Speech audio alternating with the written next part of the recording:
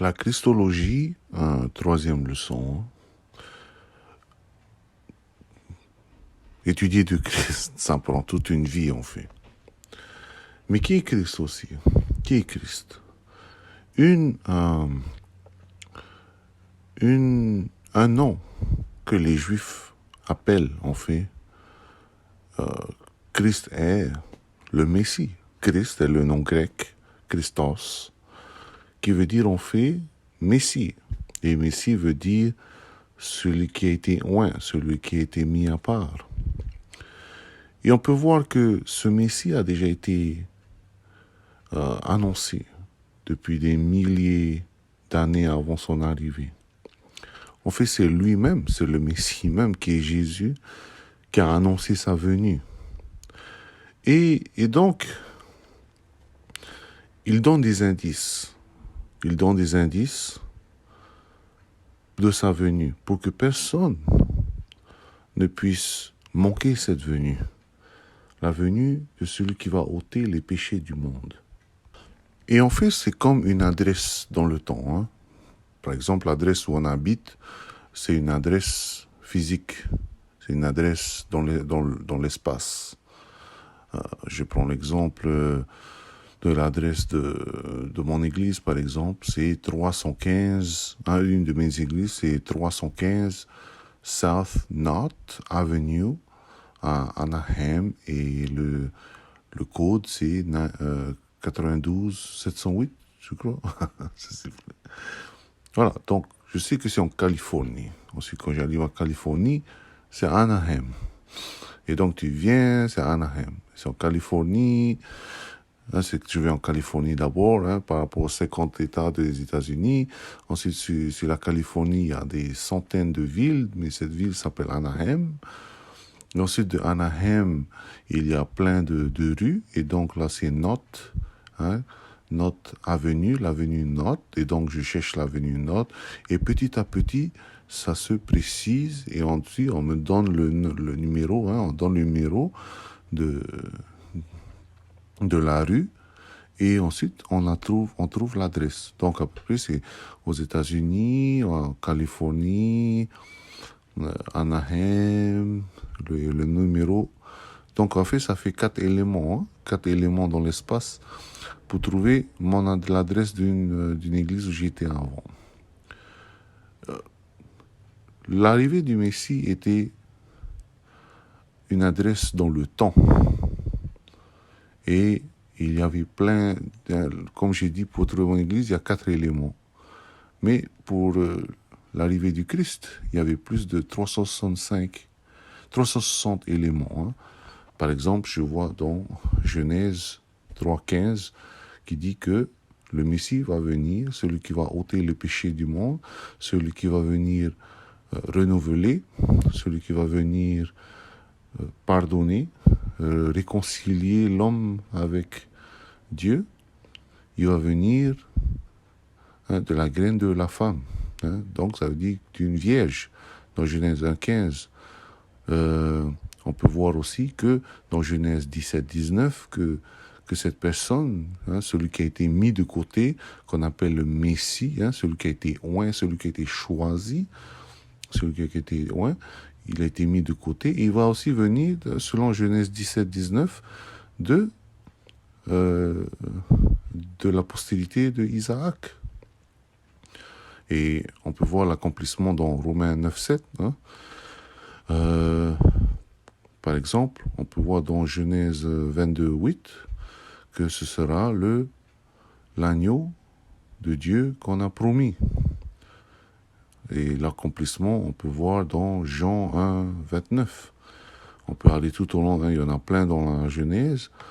Dans Genèse, dans Exode 12,5, Exode 12,5, on peut voir que cette personne qui a été mise à part, qui a été oint, le Messie, sera l'agneau sans tache.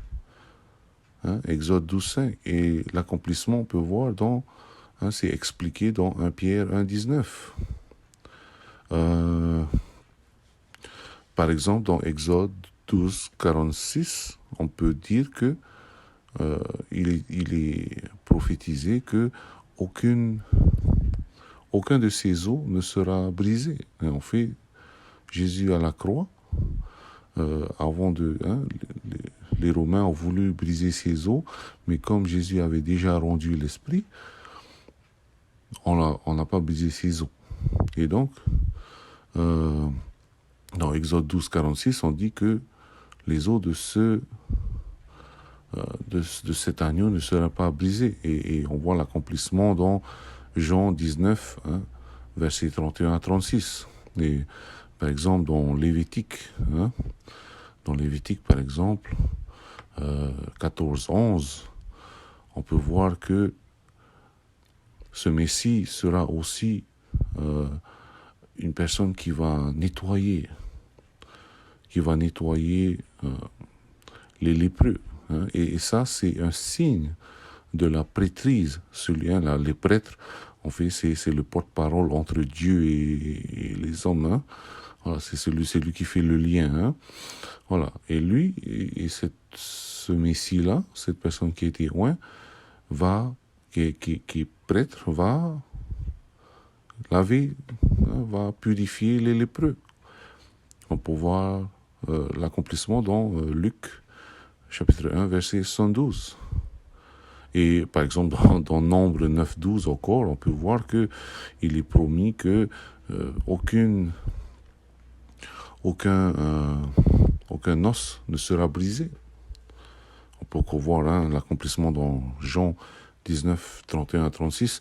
Et on voit cela qu'il y a à peu près plus de 360 prophéties messianiques qui a été accomplie par Jésus.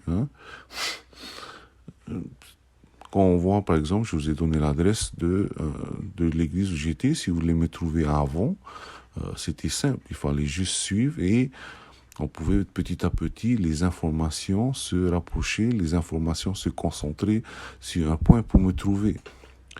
Et c'est pareil pour trouver le Messie. Et c'est drôle, c'est que quand le Messie est arrivé, c'était en fait le milieu de l'histoire. C'est le plus grand événement de l'histoire. Il y a eu plein d'événements dans l'histoire de l'humanité. Il y a eu la révolution industrielle, il y a eu quand l'homme il a marché sur la lune, il y a eu la médecine. Il y a plein de choses dans l'histoire humaine. Mais l'histoire humaine ne peut pas exister sans Dieu. Et Dieu et l'histoire humaine, si Dieu n'avait pas créé les humains, il n'y aurait pas d'histoire humaine. Mais cependant, l'être humain est en conflit avec Dieu à cause de ce péché, ce virus spirituel. Et il n'y a qu'une personne qui a pu réconcilier, remettre les liens entre Dieu, le Créateur, et nous. Et sa venue a été annoncée depuis des milliers d'années avec beaucoup de prophéties, beaucoup d'informations sur sa venue. Et en plus, imagine, ces adresses n'ont pas été données par une seule personne. Ces prophéties ont été données par une dizaine de personnes. Donc, c'est par exemple, imaginez,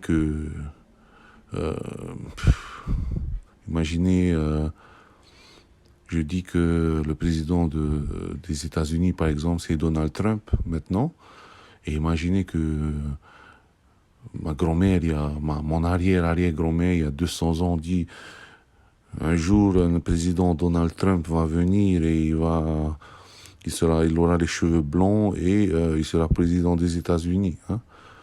Et ensuite, mon arrière-grand-mère, il y a 100 ans, elle dit, ce président Donald Trump, il aura 71 ans quand il va venir et devenir président. Et après, ma grand-mère, qui n'a jamais vu Donald Trump, il a dit, quand il va venir à la présidence, il aura une femme, tout ça. Et moi, je suis là et je témoigne, je dis, waouh! C'est vraiment, ces prophéties, c'était vraiment exact. Mais en ce temps-là, bien sûr, les gens ne connaissaient pas Les gens ne se connaissaient pas. Donald Trump, ils ne savaient pas c'était quoi. Surtout si on dit dans mon pays de Tahiti, qu'est-ce qu'on a à faire des États-Unis, hein? Voilà. Mais ça a été dit par à peu près 3-4 personnes. Et moi, là, maintenant, je suis là, je témoigne, hein. Bon, ça, c'est juste un exemple, hein. Ça s'est jamais passé.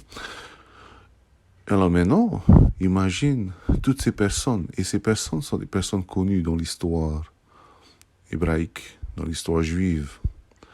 Parce que ça a été annoncé par Adam, ça a été annoncé par Abraham, ça a été annoncé par Isaac, ça a été annoncé... Et tous ces gens-là, ce sont des personnes historiques. Ce sont des gens qui ont vécu. Et jusqu'à maintenant, on peut voir leur tombeau.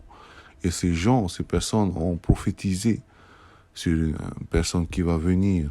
Et cette personne, il va être crucifié à la croix. Et cette personne à la croix, ses os ne seront pas brisés. Et il va réconcilier, hein, voilà, tout cela. Par exemple, dans Ésaïe 9:5, un enfant sera né. Il va venir alors en tant qu'enfant, hein, il va naître. Hein. Oui, mais Genèse dit qu'il va venir d'une vierge. Hein. Et tout cela, nous montre que vraiment l'histoire a été façonnée par Dieu lui-même. L'homme croit qu'il est au contrôle de l'histoire. Mais on peut voir qu'en fait, l'histoire a été façonnée par Christ. L'histoire du monde a été façonnée par Christ. Il y a encore d'autres prophéties qui n'ont pas été accomplies encore. Et ça, c'est la deuxième venue du Christ, la deuxième venue du Messie qui va venir mettre la paix et va détruire ceux qui voudront attaquer Israël. Mais je dis tout cela parce que Jésus, non seulement c'est la personne qu'on voit qui est morte à la croix, mais c'est aussi la personne qui a été annoncée 4000 ans avant son arrivée. Hein? On a annoncé 50 ans après, il y a une autre annonce, 100 ans après, il y a une autre annonce, 360 fois, durant 4000 ans, on a annoncé sa venue. Et ensuite, il est arrivé. Et la seule raison... Bon, c'est vrai qu'il a... je dis, c'est lui-même, hein, les Juifs ne l'ont pas crucifié. Mais c'est Jésus lui-même qui a décidé qu'il allait offrir sa vie. Hein, les Juifs ont cru qu'ils étaient au contrôle de tout ça. Jésus a dit même... Il a dit à Pilate, tu as le contrôle sur rien du tout, à moins que c'est moi qui te le donne. Ok? Et quand Jésus est mort, c'est pas parce qu'on l'a tué, c'est lui qui a rendu l'esprit. Voilà. Donc, on dit que c'est les Juifs qui ont tué. Non. Jésus s'est juste servi des Juifs pour être sacrifié, c'est tout. Hein. Mais c'est un peu rigolo que si vraiment on prend au premier degré, c'est que les Juifs, après tous ces 360 prophéties accomplies, les Juifs n'ont pas cru que c'est le Messie. Ils ont cru aux 364 prophéties, mais ils n'ont pas... Parce qu'il y avait une prophétie qu'il n'avait pas écrite. Il n'a pas observé le sabbat, il n'a pas été le sabbat. Donc, et on peut voir aussi qu'en fait tout l'Ancien Testament a été façonné, concocté par Jésus. Hein. Les histoires qui, en fait, reflètent l'image, comme Colossiens 2:16 ou 17 dit que tout ça, c'était l'ombre des choses à venir. Pourquoi Dieu a permis la circoncision avant? La circoncision, c'était l'image, en fait, de se débarrasser, de circoncire le péché de notre cœur. Hein? Pourquoi Dieu a permis le sabbat? C'est pour montrer que ces choses-là, le vrai repos, ce sera à lui. Hein. Pourquoi il y a les fêtes juives? Les fêtes juives sont, par exemple, la fête du tabernacle.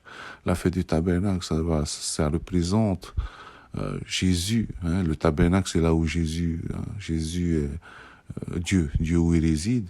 Et le tabernacle aussi, ça représente nous, parce que maintenant on est le temple du Saint-Esprit. Hein. Et pourquoi, par exemple, il y a eu la fête de Pâques des Juifs, hein, pendant des années, il y a eu la fête de Pâques. Ben, la fête de Pâques, c'est là où on sacrifie un agneau, et Jésus est mort à la Pâques. Il est mort à la Pâques. Parce que c'est lui l'agneau. Qu'est-ce que Jean-Baptiste a dit? Tu es l'agneau de Dieu, celui qui va ôter les péchés du monde. Et c'est un peu errant selon la culture juive aussi, parce que Bethléem, hein, j'ai déjà dit, Bethléem veut dire la maison du pain, parce qu'ils avaient une terre spéciale, hein, une terre spéciale, et donc cette herbe poussait spécialement, hein, et en fait donc les brebis là-bas avaient été pures et saintes, et donc on fait durant la Pâque pendant des années, hein, les prêtres sacrificateurs, ils allaient chercher les agneaux à Bethléem pour sacrifier, et celui maintenant on voit que celui qui a donné sa vie, l'agneau de Dieu est né à Bethléem. Hein? Voilà. Et on voit que c'est le Messie. Jésus déjà à l'avance, il avait prévu qu'il allait venir, et il a prévu qu'il allait nous réconcilier. Parce que nous, on peut pas mourir pour nos péchés. Moi, je dois mourir pour mes péchés. Voilà. Mais toi, chacun doit mourir pour ses péchés. Mais maintenant, on a plus besoin de mourir, parce que notre foi en Dieu, en Jésus, ben, il est mort pour moi. Ok, hein, c'est tout un peu pour la Christologie. Allez, Dieu te bénisse.